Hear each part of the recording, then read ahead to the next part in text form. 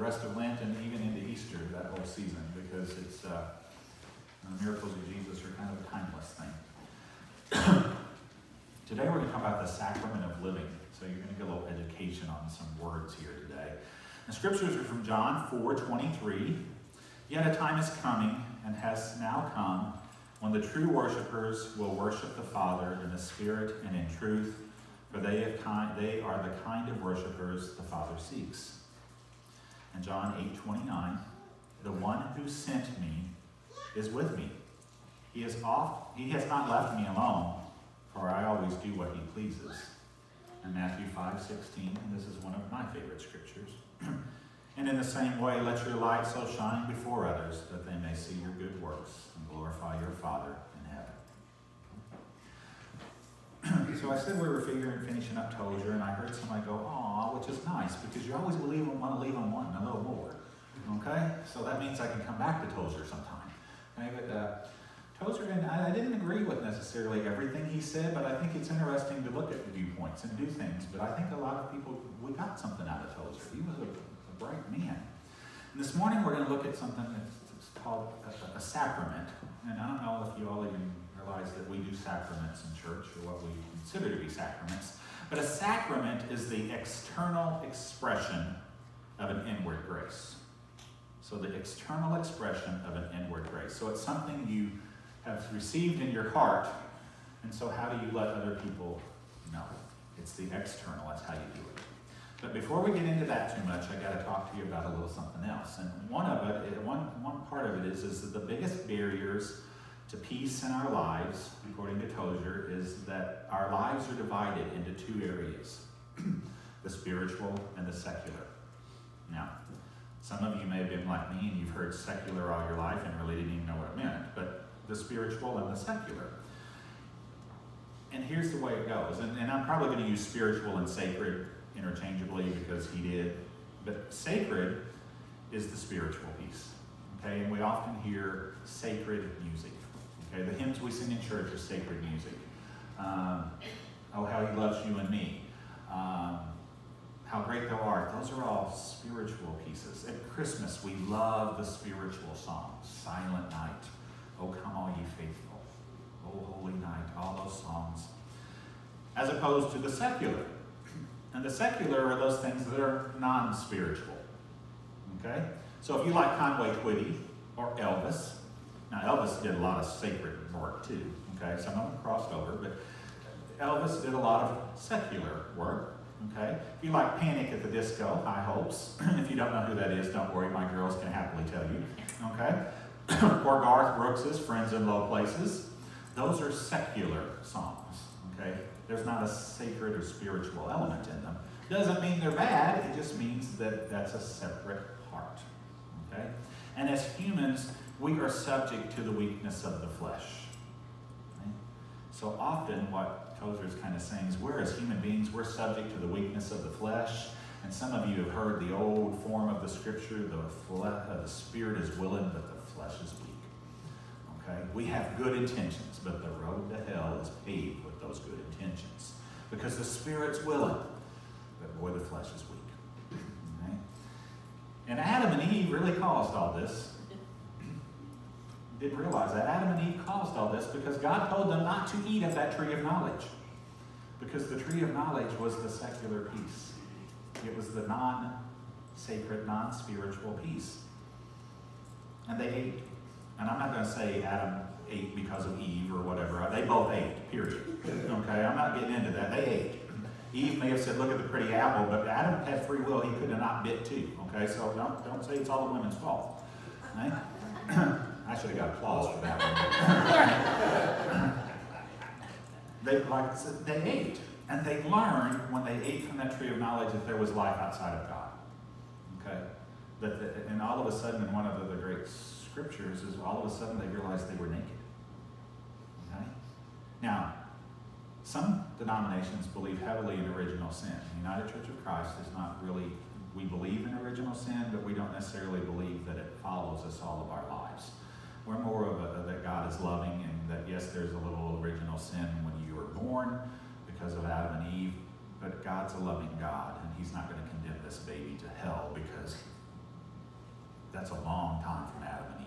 Okay? There's been lots of covenants and forgivenesses in between. But some denominations are very big and take a lot of stock into the original sin.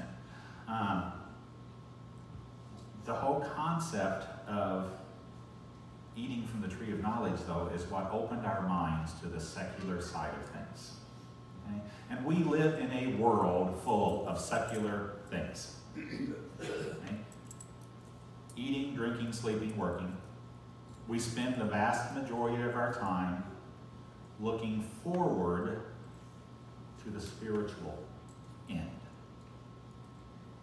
Now, if you haven't figured that out, we often use of euphemisms for that spiritual end, that day of everlasting glory, passing on to that wonderful shore, went to their eternal rest. But Tozer points out we spend most of our time in a secular world looking forward to a spiritual end.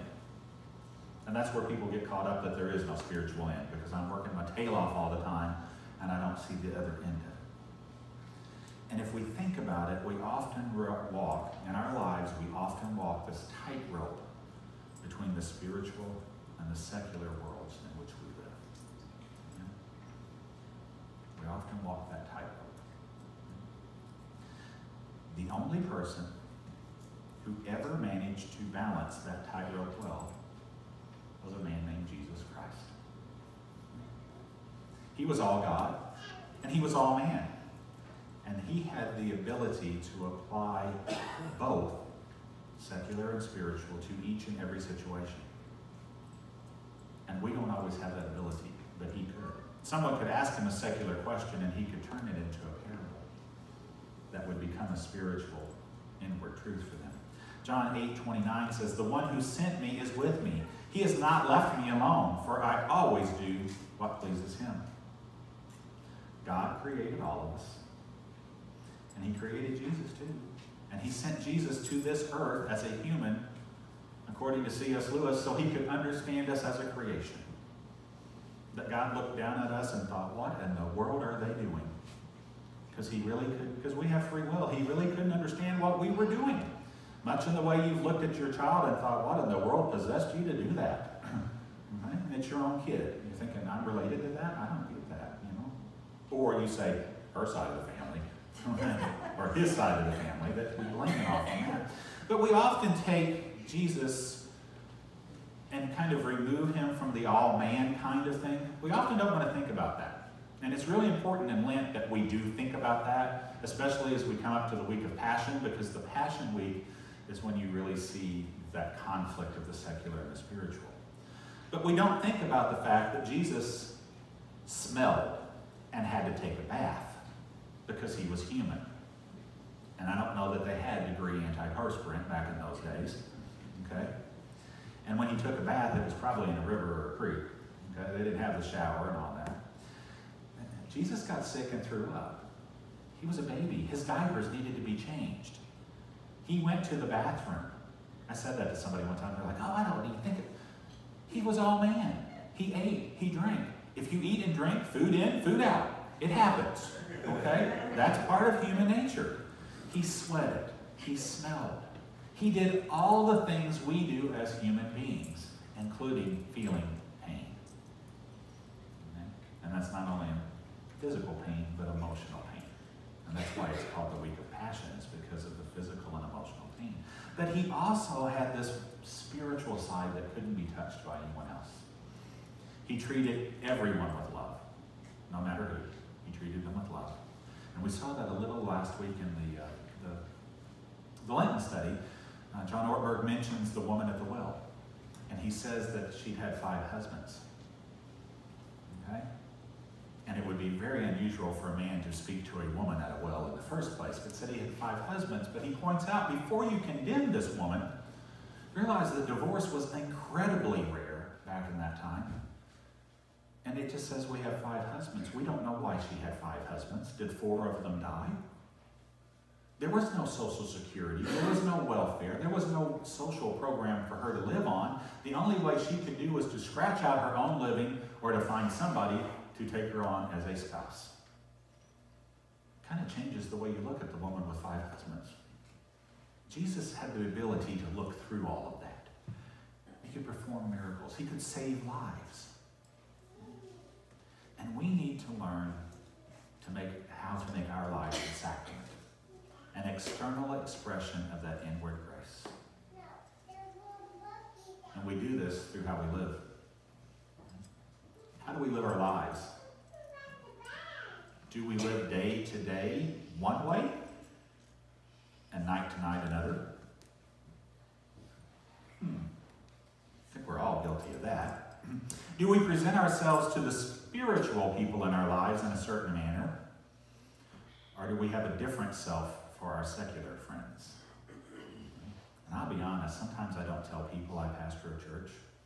Because if I tell people I pastor a church, they suddenly quit talking. They back away. Because they think you're passing judgment on them. They are immediately, everything clean, their language cleans up, everything gets pretty. I'm human, okay? But they will. And so sometimes I just don't tell people that, not as a way to hide it, but just because I want to get to know that person. And then they can come back later and say, oh my gosh, and I think, no big deal. God loves you, it's no big deal. Okay? But we do have a tendency to present ourselves to some people one way and others the other way. Do we honor some days as being more important? Do we do some things during Lent and Holy Week and Easter that we don't do the remainder of the year? Is Christmas in your house secular, spiritual, or blended? It's blended in our house. We have the nativity scene, and we have our scripture times, and we had our chain, and we read our scriptures before prayer and before we ate and all that. But we also enjoyed watching Rudolph and Frosty and the Christmas, Charlie Brown Christmas and all that, because those are secular, but they're still good. Okay? So, do we blend it?